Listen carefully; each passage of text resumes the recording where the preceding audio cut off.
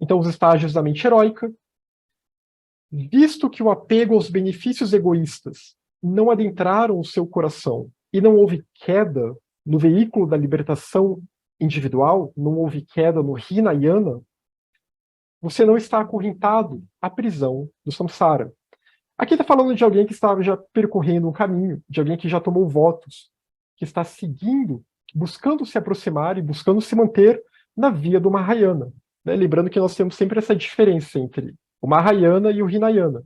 O Hinayana como esse veículo da libertação individual e o Mahayana como o veículo que se presta para a libertação de todos os seres.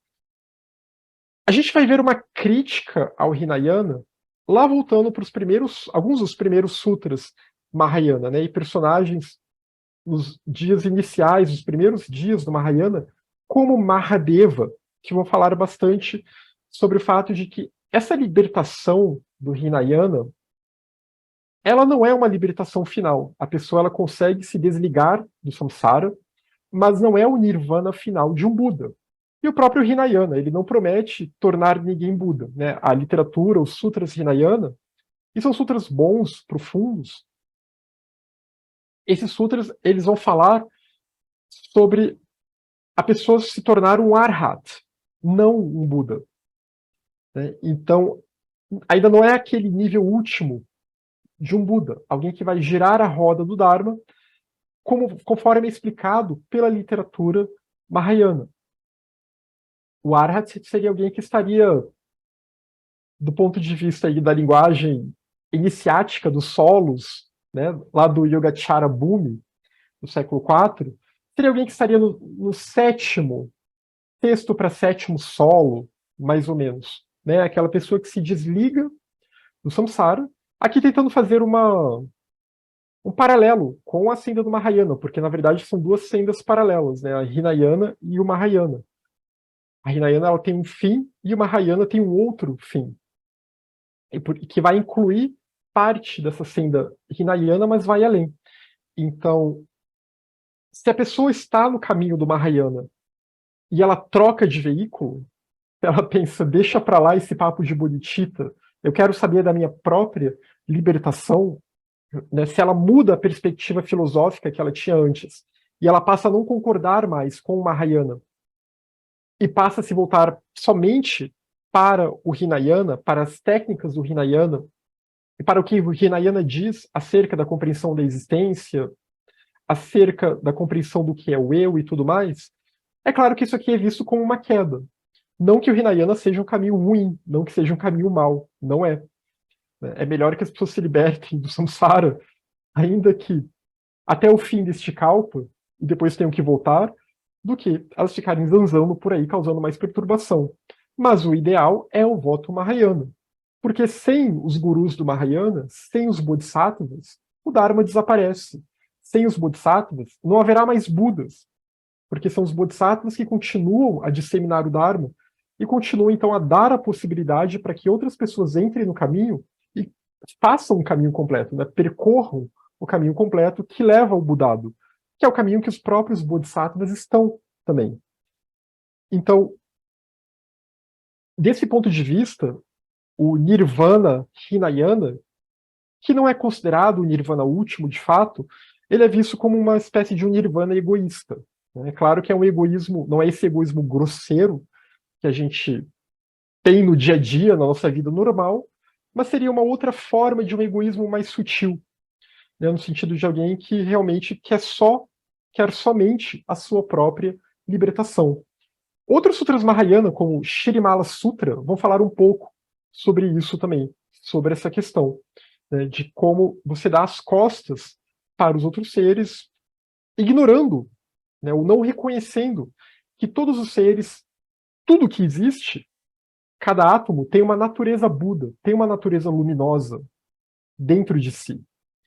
Então, não reconhecendo essa natureza luminosa dentro dos seres, e que no ser humano especificamente, essa natureza luminosa, ela pode sair do estado de latência, se a pessoa alcançar o pleno despertar de um Buda, ignorando tudo isso, a pessoa se volta somente para o seu próprio despertar, e que não é um despertar completo, como eu falei, porque ainda haverá algumas perturbações, alguns obscurecimentos mais sutis na mente que vão permanecer no estado latente, né? Como eu falei, é como se a pessoa ela desligasse os seus processos mentais, ela consegue superar o poder das perturbações mais grosseiras, da ignorância mais grosseira, né, do senso de um eu mais grosseiro, mas ainda assim ela não tem a sabedoria que leva para a compreensão de uma realidade última. Ela ainda assim não compreendeu totalmente a interdependência e o vazio como alguém que percorre o caminho do Mahayana, porque ela venceu o que a gente chama de klesha avarana. Ela venceu o obscurecimento das perturbações que são como o apego, a aversão, o desejo pelas experiências do samsara. E, em alguma medida, ela venceu a vidya também. Né? Ela venceu a noção de que haveria um eu, a ilusão de que haveria um eu essencial dentro dela. Mas, por outro lado, há outros obscurecimentos mais sutis que ela ainda não venceu. Né? Então, por isso, é uma mente que ela ainda tem um senso de dualidade. Né? Ela ainda não alcançou a gnosis última, ou a jnana última. E esses obstáculos, né, são chamados de Dinei Avaranas. Como já mencionamos, já vimos isso outras vezes aqui. E por isso, então, que o caminho do Hinayana ele é um caminho incompleto, além de ter o problema de que não há altruísmo no caminho, justamente por ele ser incompleto. Né, porque a pessoa tem que voltar, tem que renascer como humano, tem que continuar atuando, tem que continuar ensinando o Dharma, até mesmo para que ela consiga avançar nesse caminho e superar até a dualidade mais sutil. Mas aqueles que não estão apegados a, a uma libertação individual, aqueles que fizeram um voto do Mahayana e que não caíram depois de um outro veículo, o texto vai dizer que essas pessoas são dignas de louvor, né? Porque é difícil se manter no Mahayana e se manter de forma coerente, né? Estar no Mahayana de fato. Nós buscamos, tentamos nos aproximar, tentamos entender, mas quem está no Mahayana de fato são os bodhisattvas, né? E aqui eu falo daqueles bodhisattvas de verdade, aqueles que estão de fato na senda, que estão percorrendo a senda iniciática, né? Estão percorrendo os solos, os 9 solos, ou 9 bhumis. 10 bhumis, na verdade, né? O último bhumi é quando se alcança o Buddha do 10º. Eu sou é tão apenas um engano. Eu quero é tão somente uma adulação do eu. O outro é uma palavra para designar inimigos. Eu não quero é um obstáculo. Então, eu sou é tão apenas um engano. Né? É o poder de avidya aqui. É o poder da ignorância. Quando a gente se atribui uma série de rótulos. Quando a gente se atribui uma existência inerente que nós não temos, de fato. Né? E todos esses rótulos, em alguma medida, eles servem para reforçar esse senso de uma existência inerente.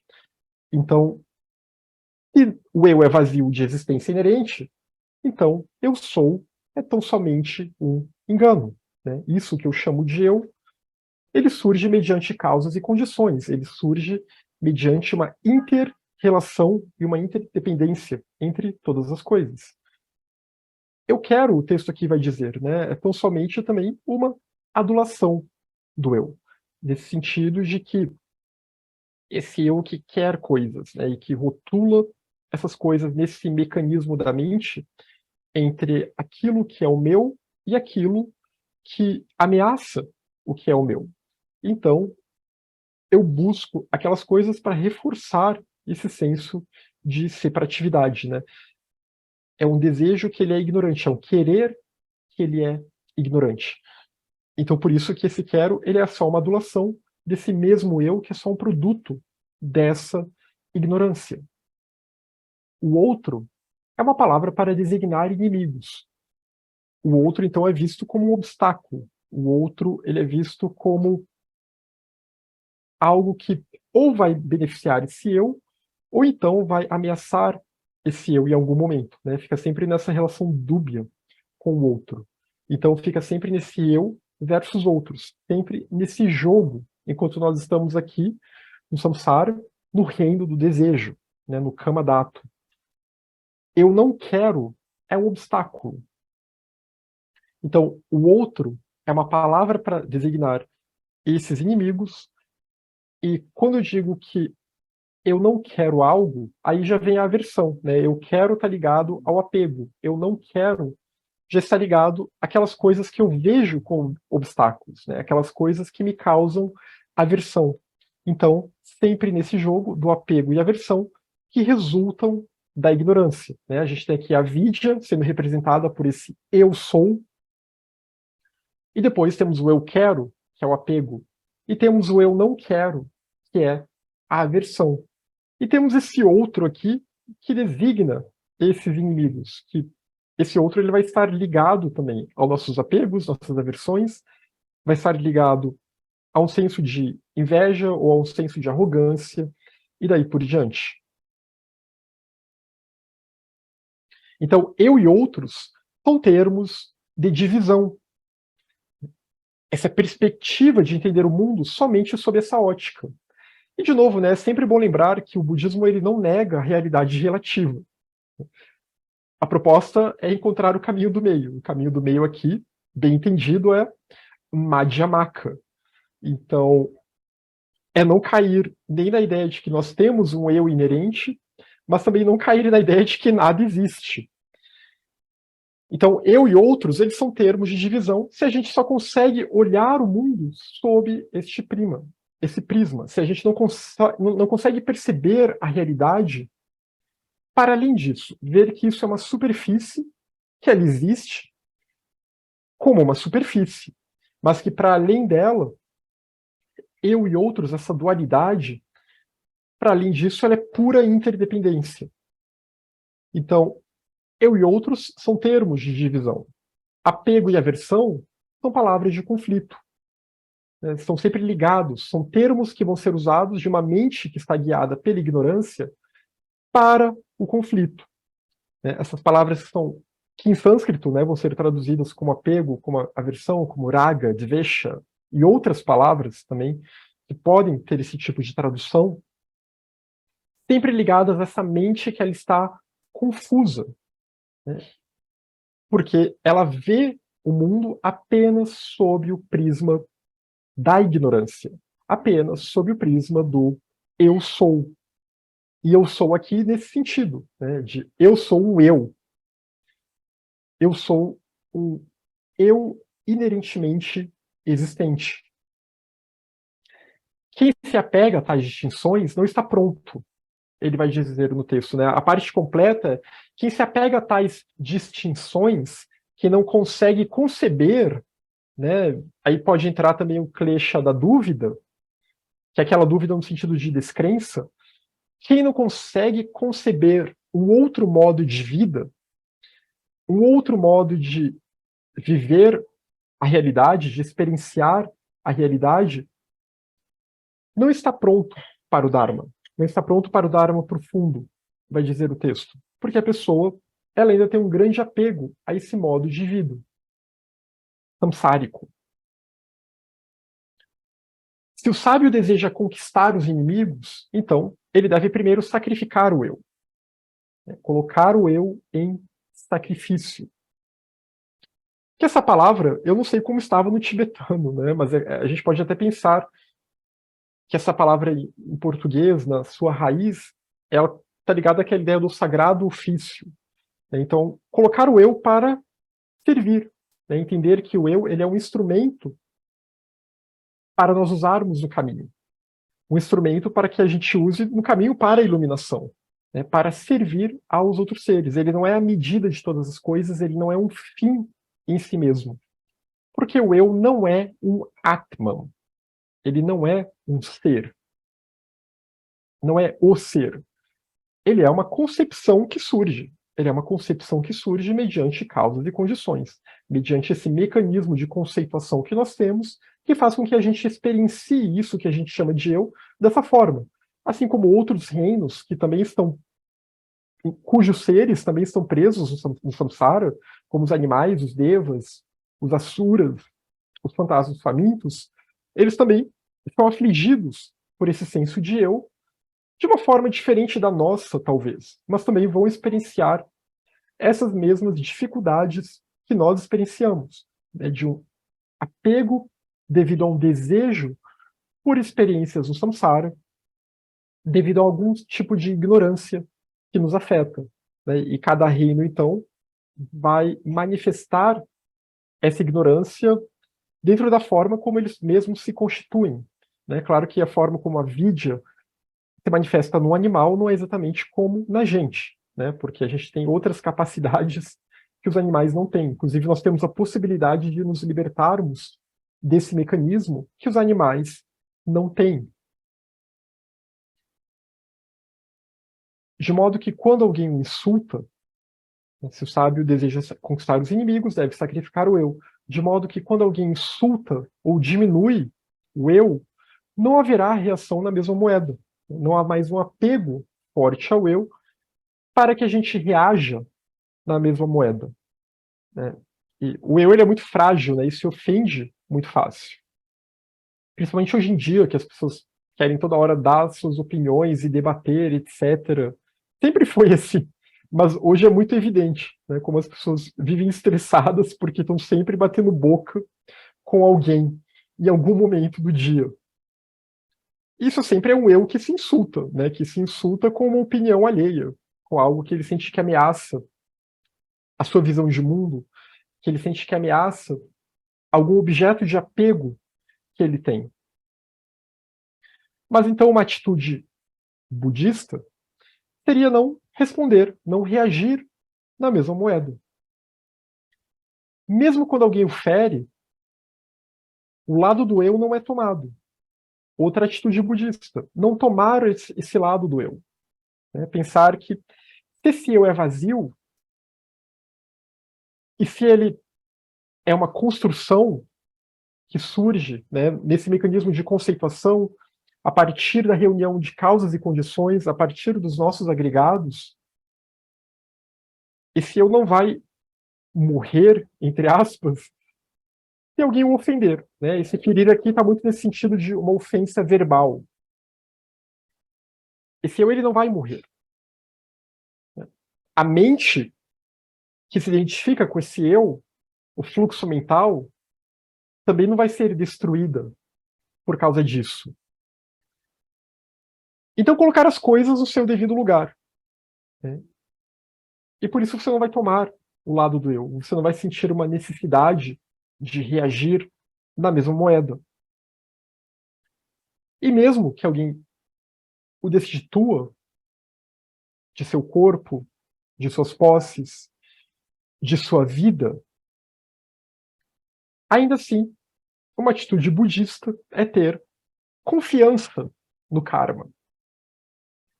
Sabendo que tudo que nós sofremos, todas as experiências pelas quais nós passamos, nada disso escapa ao karma, ou escapa do karma. E da mesma forma, o mal que nos é feito também gerará um karma para aquele que o perpetrou. Né? Eu sempre lembro da passagem do Shantideva, do capítulo sobre a paciência do Bodhicharya, em que o Shantideva diz: eu estou aqui com raiva dessa pessoa que age comigo de forma raivosa, sendo que, na verdade, eu tenho que pensar que essa pessoa que de alguma forma está me atacando, ela está gerando um karma negativo para si própria. E eu sou o objeto que está facilitando esse karma negativo. Né? Então a minha mente ela distorce, ela me coloca como vítima, mas na verdade, e, claro, em certo sentido, né, eu sou vítima daquele ataque, mas a grande vítima é aquela pessoa que me ataca, é aquela pessoa que está dominada, possuída por aquela perturbação.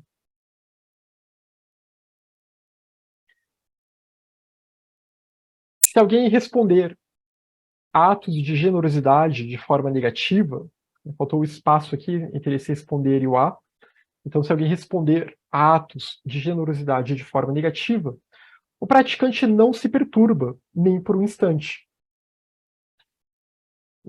A pessoa não vai ficar esperando ser adulada ou vai ficar esperando ter algum tipo de gratidão, né? Então, lembre-se disso como ato de bondade que ele inspirou paciência. Outra coisa que a gente vê o Shantideva enfatizar bastante lá no Guia do Estilo de Vida do Bodhisattva, no Bodhicharya. Lembrar que essas situações em que temos que lidar com as perturbações alheias, elas são oportunidades para nós cultivarmos a paramita da paciência, para tentarmos cultivar essa virtude. Para se prevenir do karma negativo, contemple a bondade dos outros e cultive a bondade amorosa. Então, para que a gente não caia nessa teia, nesse ciclo vicioso, e ficar toda hora reagindo na mesma moeda e reforçando, criando karma negativo para nós mesmos, porque essa é a grande questão. Contemplar, então, a bondade dos outros é essencial.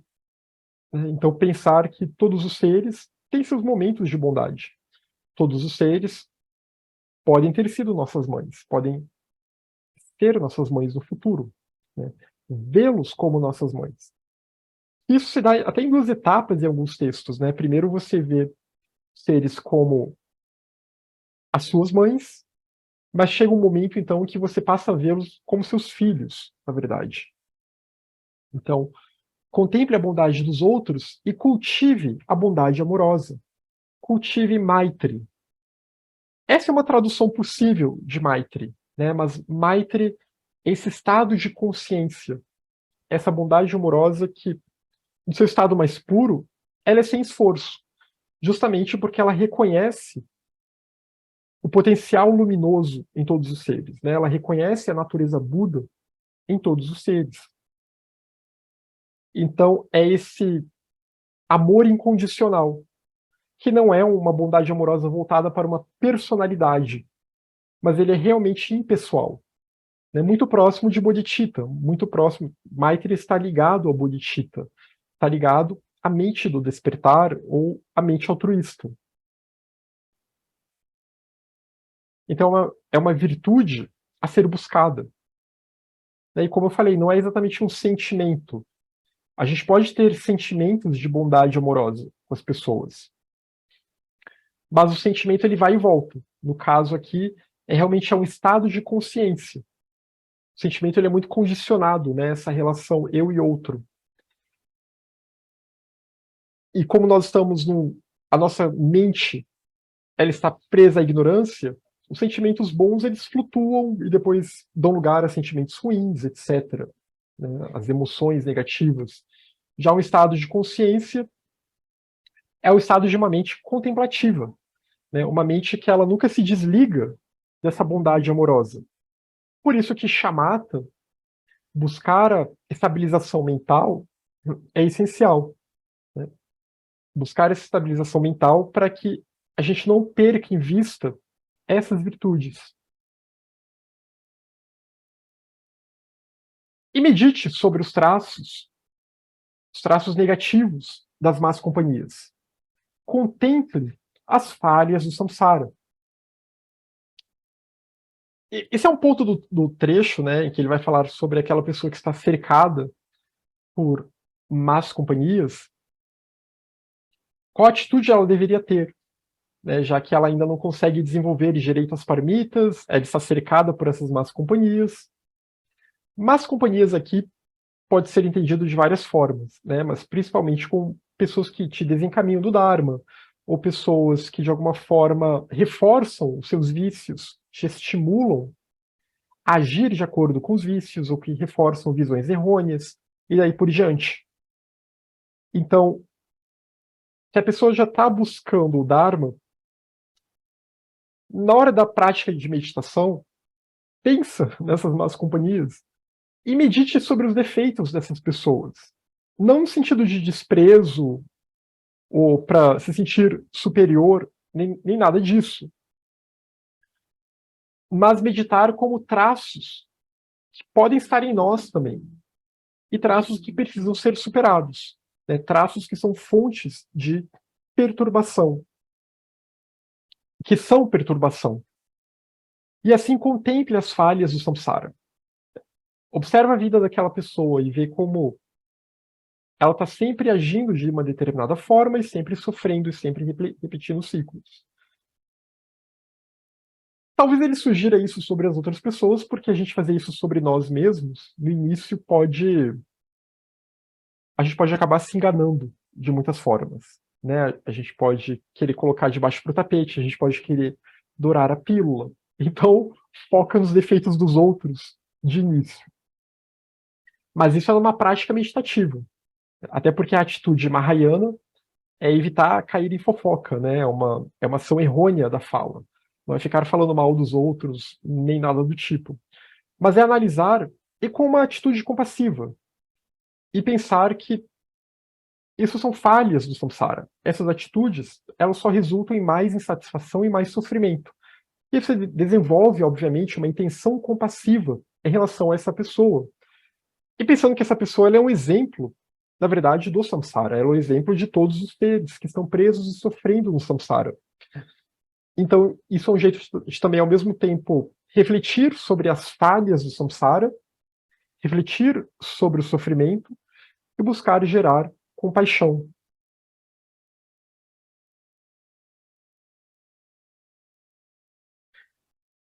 Sem obsessão pelo corpo e pelo poder, e sem obsessão por recompensas mundanas, o praticante cultiva a disciplina, ele cultiva shila. Né? Aqui eu coloquei disciplina, shila relacionada a essa palavra, mas harmonia é uma tradução melhor, a gente pode pensar. Né? Harmonia de pensamento, palavra e ação com o Dharma.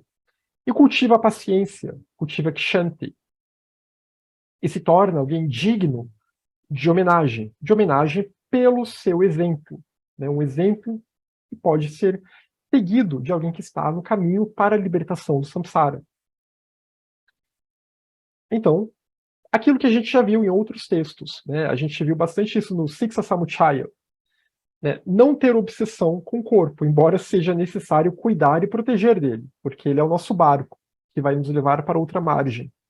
É só no corpo encarnado, vivo, que a gente consegue se libertar do samsara e que a gente consegue alcançar o estado de Buda. Né? É isso que esses textos vão falar. Então, bastei obsessão. Ao mesmo tempo, tem que cuidar dos bens materiais, tem que cuidar do sustento, tem que cuidar para que a gente consiga ter uma vida minimamente estável para usar o tempo livre para se dedicar ao Dharma, para usar o tempo livre para estudar o Dharma, para meditar, etc. Então, tem que cuidar disso também. Mas, ao mesmo tempo, não pode ter uma obsessão. Né? Isso não pode ser o único fim da vida da pessoa.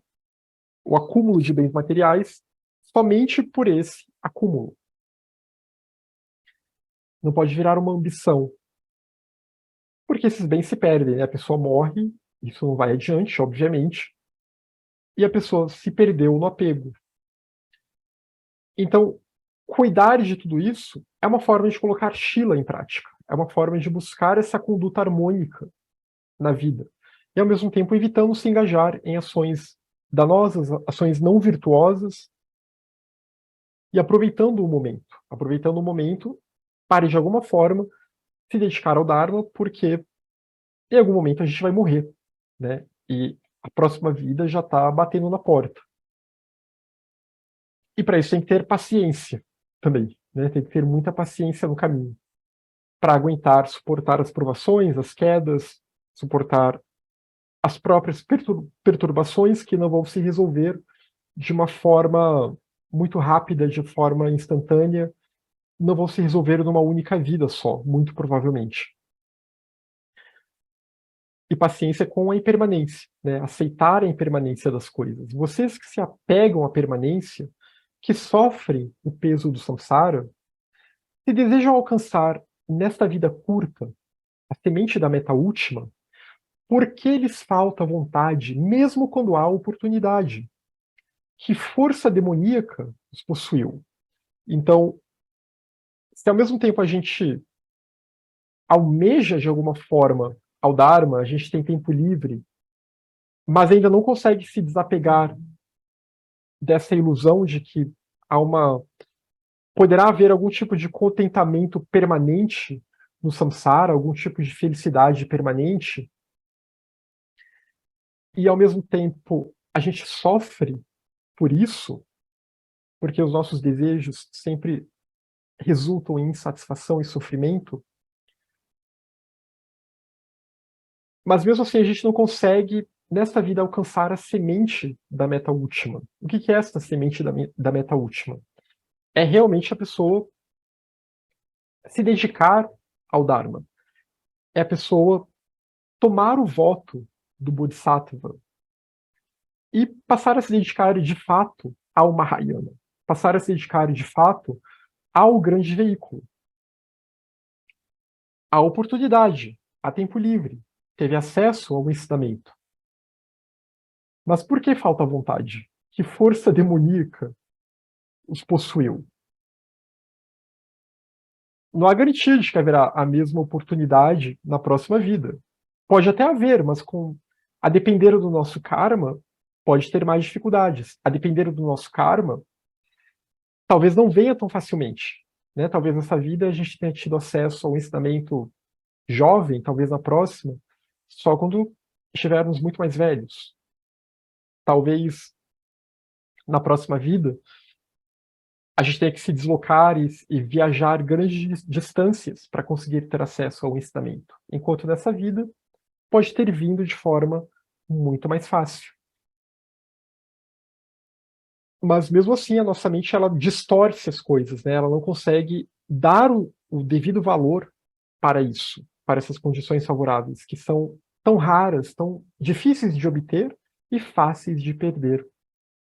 Então, embora se decepcione continuamente pela busca excessiva por prazer, o fluxo mental ele continua grosseiro, no sentido de que a mente ela continua embotada, né? Ela continua viciada nesse ciclo.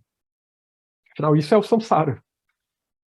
Ela se decepciona por essa busca excessiva pelo prazer, e aqui prazer é uma palavra genérica, é no sentido de bem-estar, né? Buscar algum tipo de bem-estar que seja permanente, né? Ou uma sucessão de prazeres permanentes, né? Aquela coisa, eu quero que a minha vida vá sempre para cima, né? Que eu nunca tenha nenhum daquela coisa dos altos e baixos, eu nunca vou para baixo, ela vai sempre para cima. Isso é impossível. E isso causa decepção. E porque mesmo quando aquelas coisas que nós buscamos, elas vêm a nós, elas nunca vêm da forma que a gente esperava, né? Porque a mente idealiza muito, né? Ela quer muito, ela atribui muita existência inerente aos fenômenos.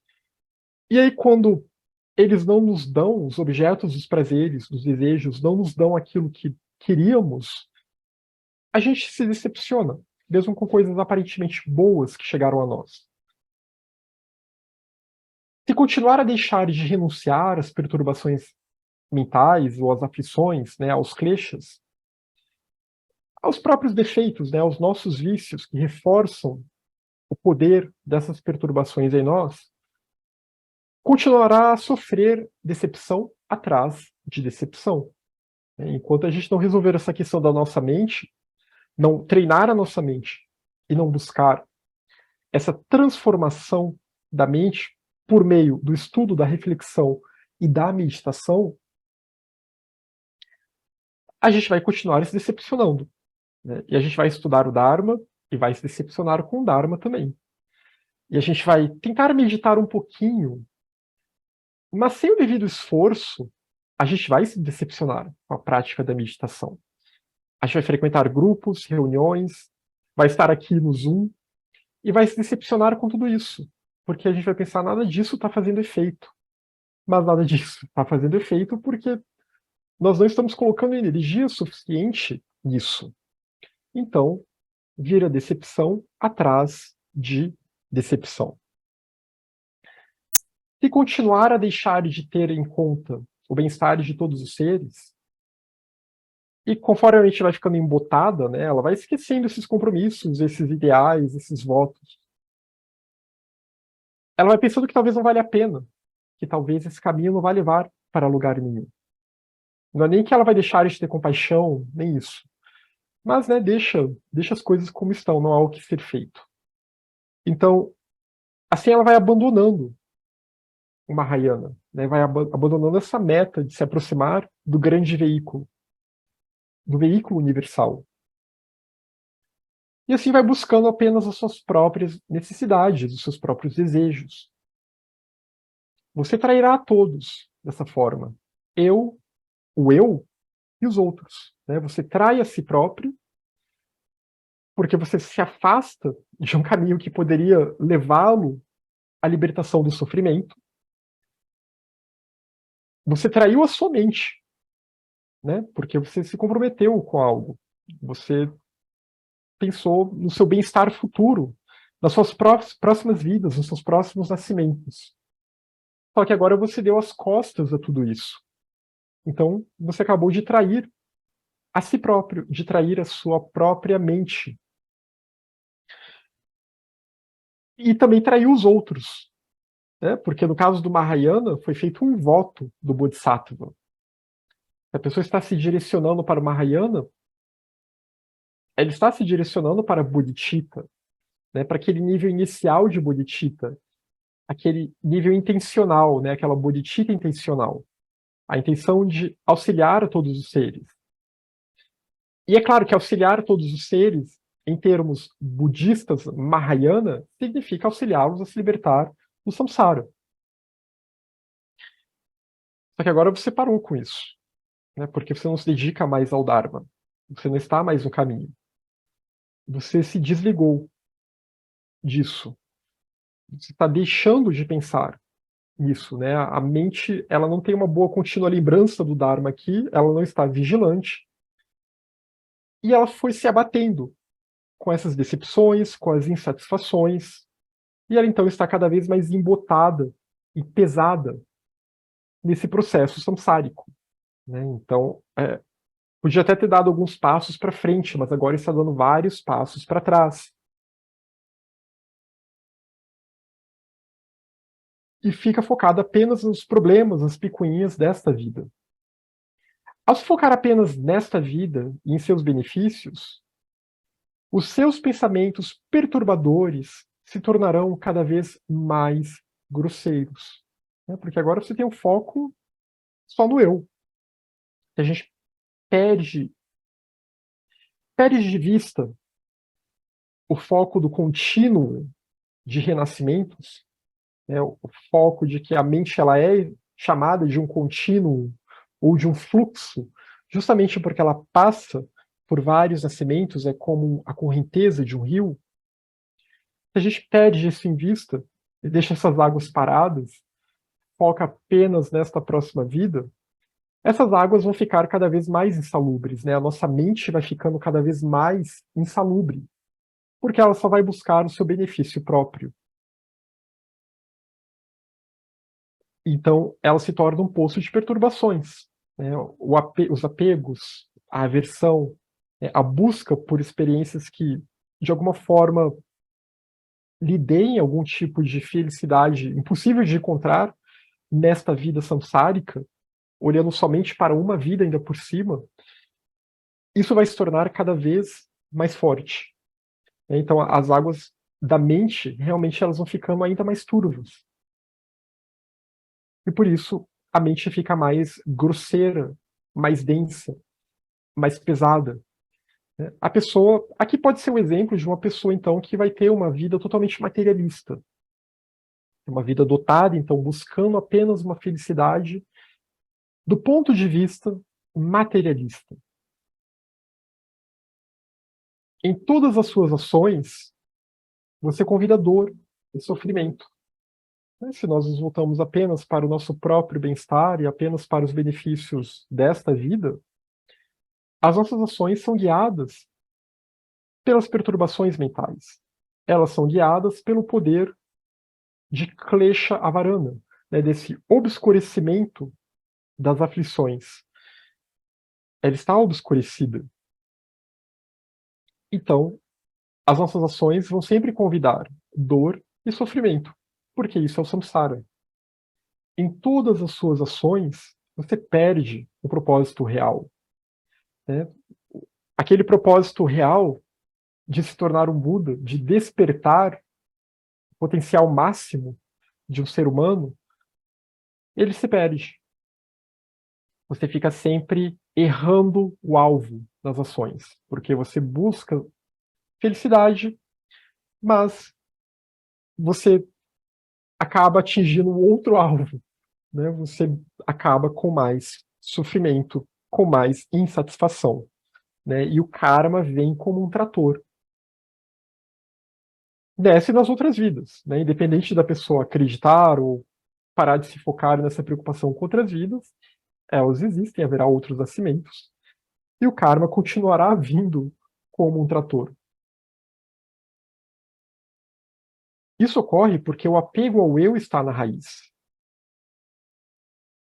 Então, o propósito ele se perde, a pessoa ela esmorece, ela fica se focando muito nos seus problemas, muito em si mesmada, nos problemas desta vida atual, nas questões desta vida atual, né? No turbilhão emocional desta vida atual, nas questões da personalidade atual. E aí o propósito vai se perdendo. Porque há um apego aqui. Há um apego ao eu. E esse apego ao eu ele se repete, né? Ele está latente em nós devido ao poder da ignorância. E da ignorância vem o desejo e vem o apego. E esse apego ao nosso eu, ele vai ele subjaz, né, todas essas nossas vidas enquanto estivermos no samsara. A personalidade ela muda, as circunstâncias mudam, tudo vai mudar, mas esse apego ele continua. Esse apego ele continua conosco desde tempos sem início. E mas ele não é indestrutível e ele não é eterno no sentido de que ele dura para sempre. Ele pode ser destruído, mas falta paciência e coragem. Falta paciência para aguentar o tranco, né, de uma busca espiritual, de uma vida dedicada à senda espiritual, de uma vida dedicada ao Dharma. Isso exige muita paciência porque as questões não vão se resolver de uma hora para outra e justamente por ser um compromisso para várias vidas, para muitos kalpas, né? Para muitos manvantaras. Então é um compromisso muito longo. Falta essa paciência e essa paciência de tentar se resolver de alguma forma, né? Enfrentar essas perturbações, até porque tem a devida paciência, a primeira provocação que vem, o primeiro gatilho, né? Eu não gosto de usar muito essa palavra porque ela é muito usada de jeitos esquisitos hoje em dia, mas o primeiro gatilho do samsara que vem já acaba fazendo com que a gente perca as nossas estribeiras, né? Já faz com que alguma aflição venha à tona, seja a raiva, o ressentimento, a inveja, o medo, etc. Alguma coisa que provoca esse eu.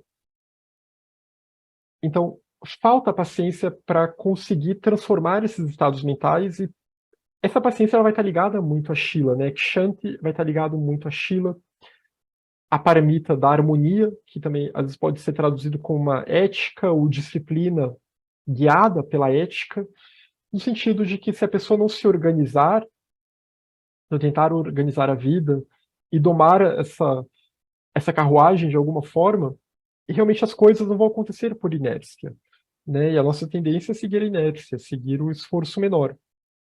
E o esforço menor é deixar a mente funcionando como ela já está. Então falta paciência e falta coragem. Coragem aqui a gente pode relacionar com virya, né? Coragem e energia. Então essa coragem entusiástica. Falta entusiasmo, falta ímpeto, falta energia. Não tem nem paciência e também não tem energia. Então a pessoa esmorece.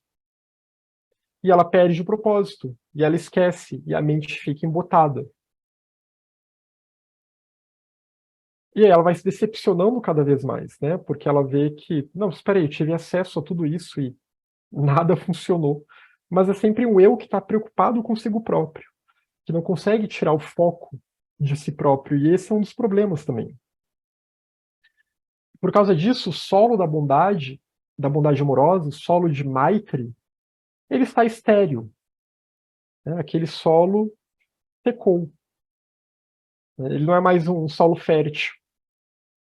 a raiz da compaixão foi cortada. Não há mais um senso de compaixão, porque agora só há um egotismo, né? Só há um foco excessivamente em si mesmado. E bodhicitta, o altruísmo, bodhicitta foi perdida, né? A pessoa já perdeu de vista aquela intenção que ela tinha, com a, com a qual ela pode ter se tocado ao ler sobre essa palavra, bodhicitta, isso se perdeu, né? Cortou o fio. Mas esse fio ele pode ser refeito, tudo isso pode ser refeito.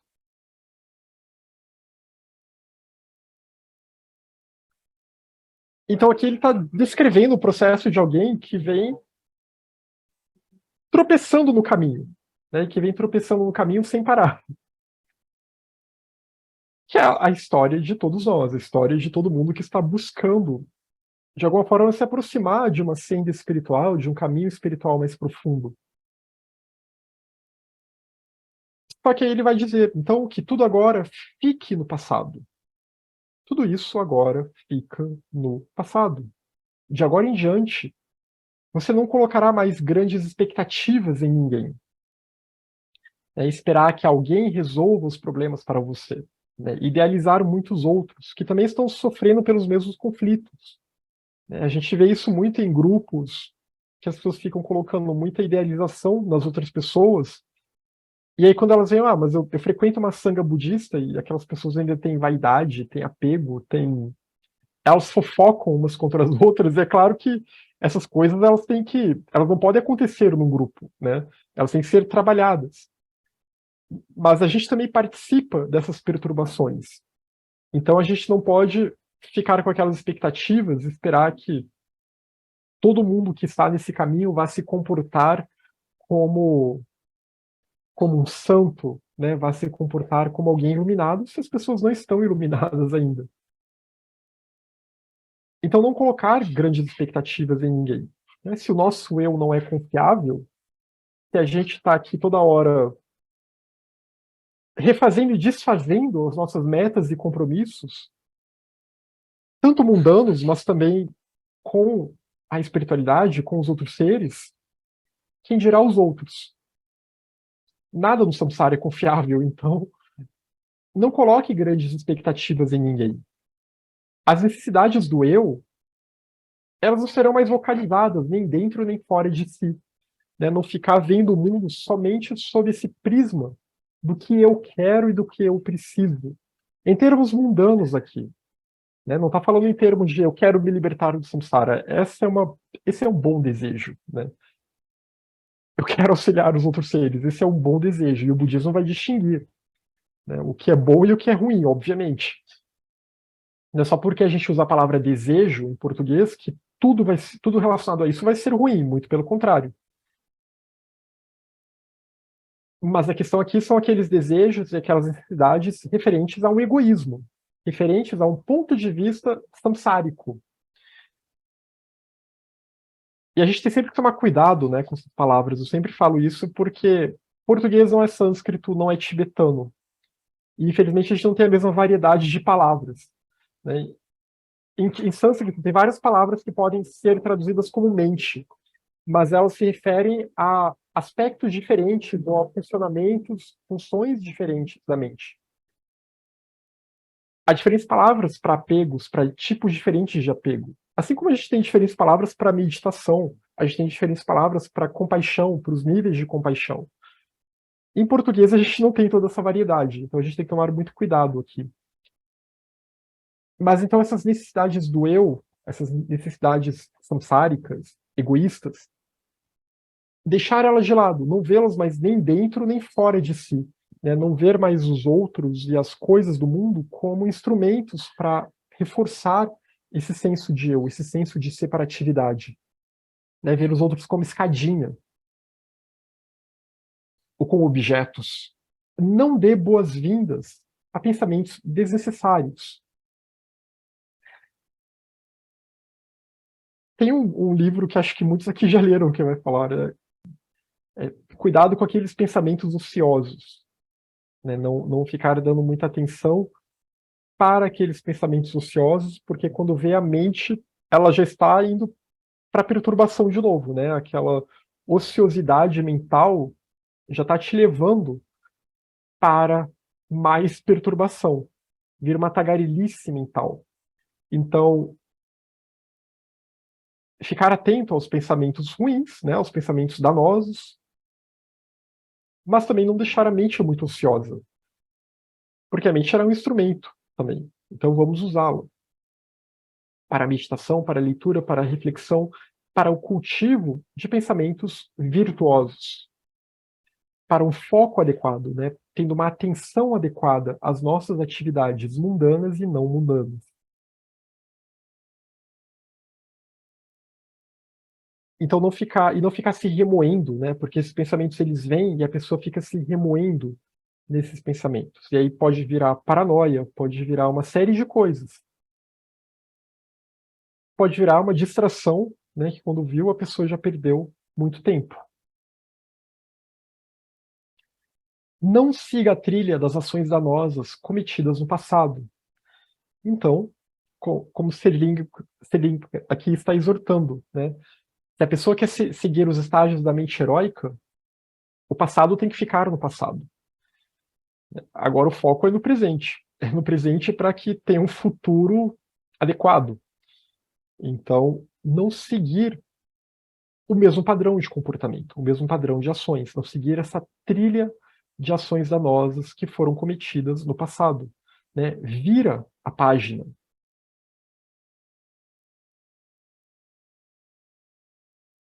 Mova a montanha de culpar os outros. Né? Isso de atribuir os outros sempre a culpa pelos nossos problemas, as nossas questões.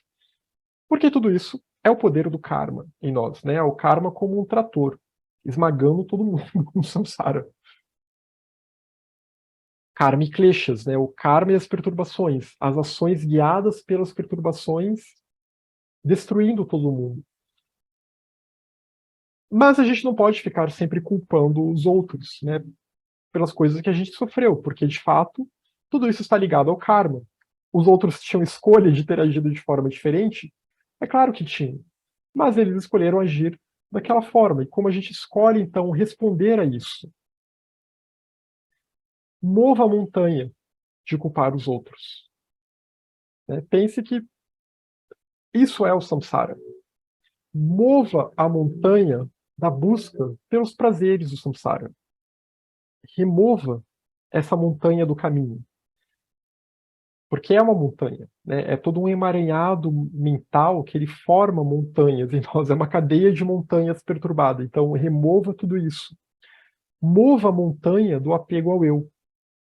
E mova a montanha das perturbações mentais. Né? Tira essas perturbações mentais do caminho. É claro que a gente não vai conseguir mover essa montanha do dia para a noite. Por isso que isso é chamado de montanha. Vai precisar de muita paciência e muito esforço para que então essa montanha saia do nosso caminho.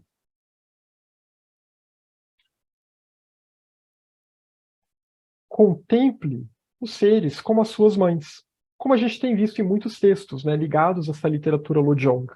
A gente viu o Shantideva, que é o texto que serve de referência base para essa literatura Lojong, essa literatura que vai falar sobre a transmutação dos estados mentais.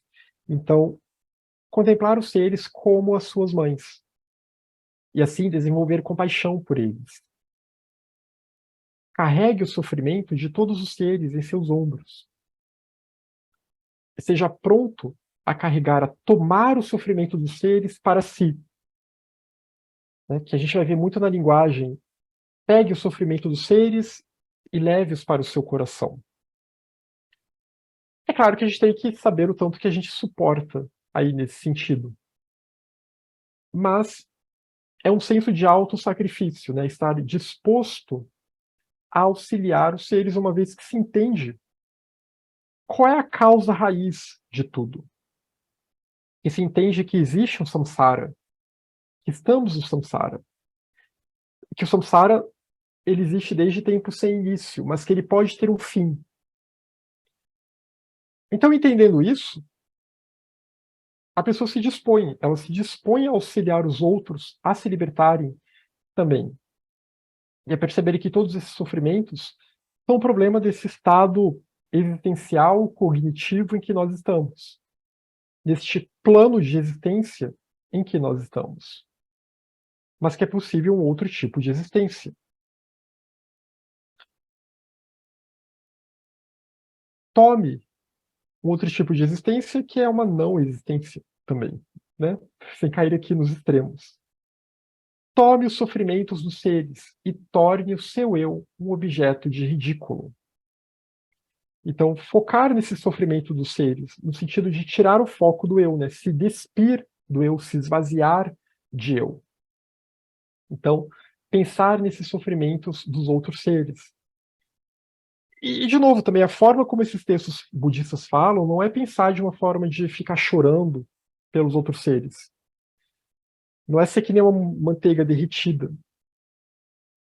Porque, de novo, isso é sentimento, isso é emoção, isso é algo que vai e volta, né? Aí aquela pessoa para quem você chorou, depois te decepciona, aí você fala bem feito, que você passou por aquilo, etc. Então, tudo isso é infantilidade, é imaturidade do samsara. Não é nesse sentido, né? A gente tem que tomar cuidado para não confundir essa linguagem budista com uma coisa piegas, porque não é. Mas é entender realmente o mecanismo do samsara, né? É entender esse mecanismo da insatisfação, é entender que nós estamos todos numa prisão e que é necessário sair da prisão. E é necessário ajudar os outros a saírem dessa prisão também. Então, torne esse eu, que é um carcereiro dessa prisão, ou é essa própria prisão, de certa forma, torne esse eu um objeto de ridículo. Né? Coloque-o, reduza-o à sua própria insignificância. Né? Faça o seu eu ver que, na verdade, ele é vazio. Né? E se ele é vazio, eu posso usá-lo de outras formas. Ele pode ser um instrumento para mim para outras coisas, porque toda essa inerência que eu atribuo a ele, essa independência, ela não existe. Então, meditando sobre o vazio, entendendo a interdependência, eu posso fazer com que esse meu senso de eu, de indivíduo, ele ressurja de uma outra forma, de uma forma altruísta, de uma forma em que eu já não estou mais focado em mim, mas focado num outro modo de compreensão da realidade. Reversa, ou reverse, as ações negativas, né? Então, reverta, na verdade, né? É necessário reverter as ações negativas. Reverter as ações negativas como? Não dá para voltar ao passado e desfazer aquele karma, mas dá para ter ações virtuosas, né? Aquela velha história de renunciar às ações não virtuosas e adotar as ações virtuosas. Então, dedicar às ações virtuosas de forma que aquele padrão kármico ele perca sua força, aquele padrão kármico do passado. É claro que eu vou sofrer as consequências, né, das ações negativas que eu fiz no passado, etc. Mas agora eu estou gerando outras sementes, né? Então eu não vou continuar sofrendo preso àquele mesmo padrão de antes.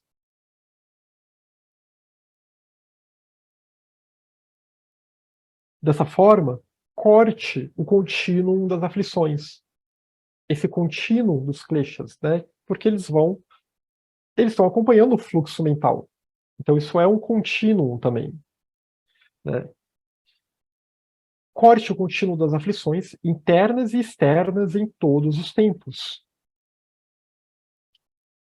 Essas aflições internas que estão na nossa mente, mas as externas também que estão no mundo, auxiliando os outros seres a se libertarem também, né? Contribuindo para que a gente não seja mais alguém que torne o mundo um lugar mais perturbado. Não. Então, tentando contribuir para a atmosfera do mundo.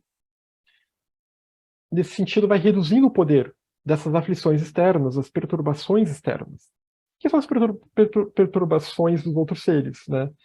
E em todos os tempos, no passado, no presente e no futuro, no sentido de que é um voto que você faz, que você vai corrigir, né, aquelas aflições que te acompanham desde o passado, que fizeram você cometer ações danosas no passado, você vai corrigir elas no presente. Não dá para, como eu falei, não dá para voltar no tempo. E assim garantindo que o futuro não será um futuro guiado por essas aflições, porque você estará livre do samsara. E quem se liberta do samsara e quem se torna um Buda, quem alcança o nirvana último do um Buda, está além do tempo, desses três tempos condicionados, né? Está além do passado, do presente e do futuro. Nunca se apegue ao sofrimento deste eu. Né? Então, evitar se focar muito nesse sofrimento deste eu, que é claro, é difícil, né? Se a gente está passando por um momento ruim da vida, está passando por uma doença grave, né? E vem uma doença tão forte que não tem como se pensar muito em outras coisas, né? Por isso que temos que tomar esse cuidado enquanto estamos bem, saudáveis, sãos, para aproveitar esse momento agora, né? Para se dedicar a isso agora. Porque a gente não sabe o dia de amanhã, né? Se eu tiver Alzheimer amanhã, tudo isso aqui vai se tornar algo inútil, né? Eu perdi essa vida. Claro que foram gerados boas sementes, espero, mas é uma vida que se perde. E depois só na próxima vida, né? Quando a mente estiver num cérebro saudável de novo. Né? Quando estiver um cérebro saudável de novo, para a mente conseguir atuar de forma adequada. Mas então não ficar se apegando muito a sofrimentos que talvez não sejam tão graves assim nesse sentido, né? Em que eu ainda consigo me dedicar ao Dharma, em que eu ainda consigo prestar atenção nos ensinamentos, em que eu ainda consigo ter uma rotina de meditação. Sofrimentos sobre os quais eu ainda tenho algum tipo de poder, né? Que não é como um tipo de uma doença dessas, ou como a própria morte, né? Que quando chega a hora da morte, a gente não pode fazer nada, chegou. Então, nunca se apegue ao sofrimento deste eu, porque esse sofrimento também não é permanente, da mesma forma que a felicidade do samsara não é permanente, o sofrimento também não. E porque senão a gente fica se voltando muito, né? Fica reforçando o medo, a aversão, o ressentimento, e nisso vai reforçando estados perturbados da nossa mente, vai reforçando pensamentos negativos e vai passando a ter menos e menos consideração pelos outros seres. Então, focar no sofrimento dos outros seres. De uma forma impessoal, de novo, né? Não é de uma forma pessoal. Que é isso, quando o budismo sempre fala desse tipo de sofrimento, a gente pensar nesse grande mecanismo do samsara, né? Na questão dos nidanas, os 12 elos da roda do samsara, que começa lá em avidya, na ignorância. Essa ignorância que vai fazer, então, com que a gente molde um modo de percepção que são os samskaras, né? A gente vai agir guiados por esse modo de percepção. E aí daí decorrem os outros elos, como o desejo pelas coisas do samsara, né? Um desejo guiado, um desejo ignorante, o apego a esse desejo, a esse modo de existência, agora que eu consigo ter determinadas sensações e experiências. E tudo mais que vem adiante nesse símbolo da roda, né? A gente já trabalhou bastante com ele aqui. Então, não se apegar bastante a isso, né? E pensar no samsara, pensar nos outros seres e buscar assim se libertar. Se gerar karma negativo, não esconda. Não esconda os defeitos, não seja dissimulado. Então, se a pessoa gera karma negativo, não ficar escondendo isso, né? Não ficar querendo se mostrar algo que ela não é. Não ter uma atitude dúbia. Então, é não esconder os defeitos. É muito nesse sentido, né? Não ser dissimulado, não fingir ser o que não é. Que depois, na prática meditativa, isso está muito relacionado também com a prática da confissão, né? Aquela prática de você sinceramente reconhecer as suas não virtudes, as suas falhas, suas faltas, etc. E até para se colocar no devido lugar, né? Para não achar que já está maior do que realmente é. Deposite a fé nos Budas e Bodhisattvas. Deposite a fé nas três joias. Então, pensar que os Budas e Bodhisattvas são um exemplo daqueles que se libertaram, que estão numa senda virtuosa E que o Dharma é esse remédio que é prescrito, é esse ensinamento que pode levar para um fim desse modo de perceber o mundo, de existir, que é o samsara, para a libertação desta prisão. Não perca tempo com xamãs e adivinhos, nem pense em resolver os seus problemas com encantamentos. Aqui também acho que tem muito a ver com o contexto histórico de Tibete naquela época, né, que a gente vai ver alguns conflitos aí em relação a essas questões. Mas, então, não perder tempo achando que a sua vida vai se solucionar com rituais xamânicos, com encantamentos para te trazer coisas materiais, e que são rituais que até envolvem violência em relação a outros seres, né, o sacrifício de animais, quando não o sacrifício humano, em casos ainda mais graves, né, então, e que acabam atraindo também, né, uma série de seres que seria melhor que a gente não chamasse para a nossa companhia, né, de seres, de hierarquias de seres caídos, perturbados também, que são como parasitas, né, que se alimentam desses estados mentais, que querem se alimentar de nós, né, que querem nos dominar também. Então, né, como fantasmas famintos, como determinadas classes de asuras, né, determinados tipos de devas, de elementais, etc. Né, o que às vezes é traduzido como demônio, né, que não é uma tradução muito boa, porque não é exatamente entendido do jeito cristão, e que também, né, a palavra demônio ela é uma má tradução, né, ela é uma distorção do termo daimon, em grego, que não tinha nada a ver com essa ideia. Mas, de qualquer forma, então, não perder tempo com xamãs, com adivinhos, né, achar que eu vou ficar toda hora. Hoje eu vou ver se o meu horóscopo está favorável para minha vida, né? Eu vou esperar tomar certas iniciativas, eu vou deixar para meditar quando Júpiter estiver conjunto ao meu Sol na casa 9, né, às 8 da manhã, e aí eu vejo, não, agora então acho que está um bom momento. Mas é agora que Mercúrio está retrógrado, então é melhor não, né? Vamos até parar com as reuniões se Mercúrio fica retrógrado.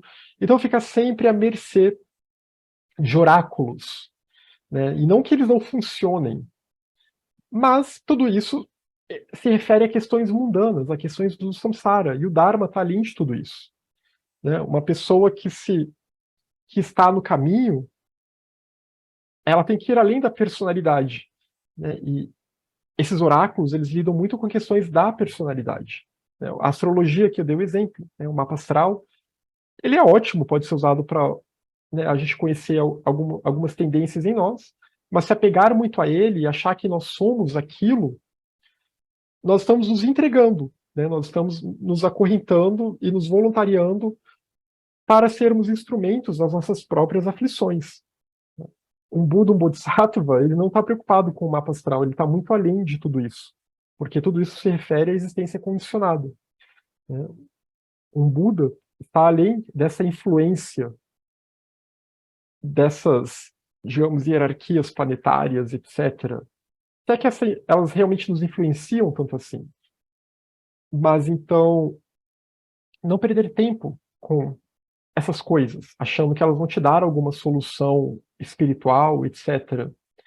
E nem pense em resolver os seus problemas com encantamentos, né? Como eu já tinha falado aqui, encantamentos, feitiçaria, etc. Né? Esperando recompensas materiais, né? Que é basicamente como as pessoas se relacionam com todas as religiões exotéricas atualmente. Torne a si próprio a substância do exorcismo, né? Exorcize a si próprio e torne a si próprio exorcista de si próprio, né? Expulse esses demônios de dentro de si, no sentido de que expulse as aflições mentais, expulse as perturbações dentro de si.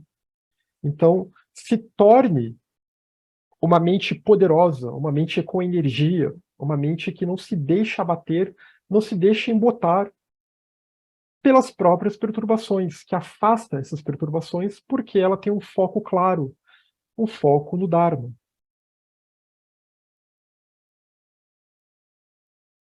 quando afligido por demônios, possessões, doenças, possa Vajrapani aparecer instantaneamente. Eu devia ter colocado a imagem aqui, mas eu acho que daqui a 2 slides nós veremos o Vajrapani.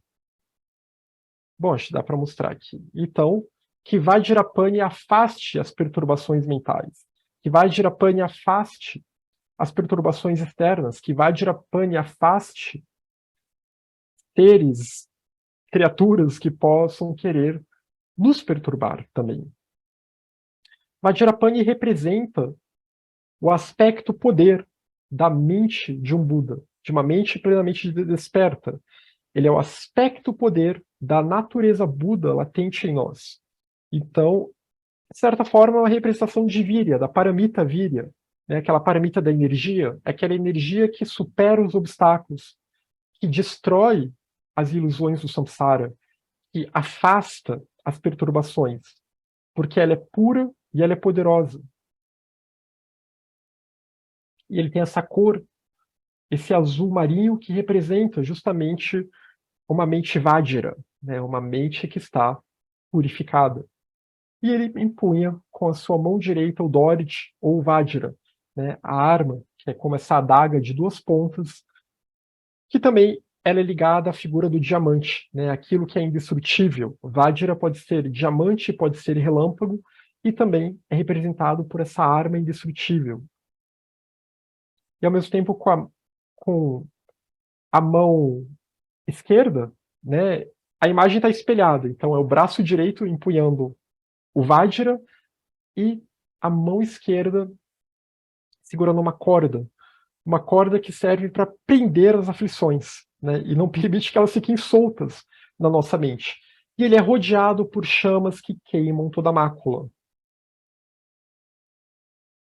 Então, quando afligido por todas essas hostes de perturbações e perturbadores, que Vajrapani então possa aparecer instantaneamente e que possamos voltar a nossa mente para Vajrapani.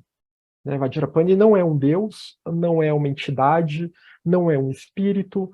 Vajrapani é um aspecto, é uma potência.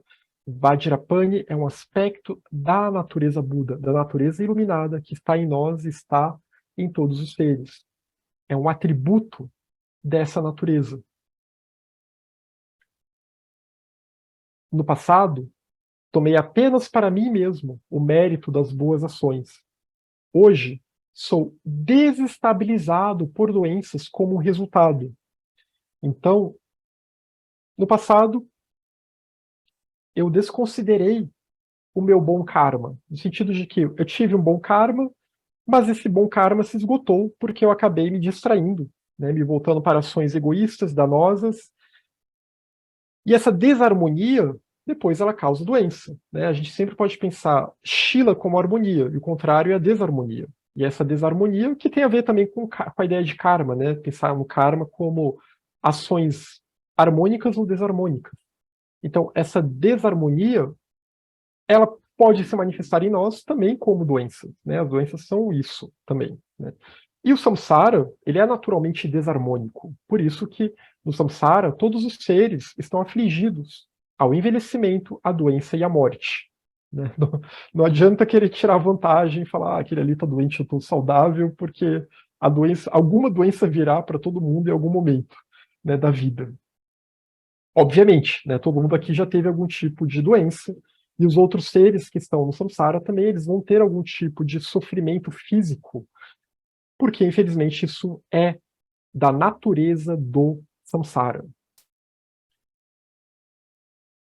Mas a gente tem que tentar, né, sanar isso, tem que tentar mitigar, cuidar da saúde, ter uma boa alimentação, um bom sono e estados mentais adequados para cuidar da nossa saúde, tanto física quanto mental. No passado, causei muito sofrimento aos outros, e o meu fardo hoje é mais pesado do que o de uma montanha.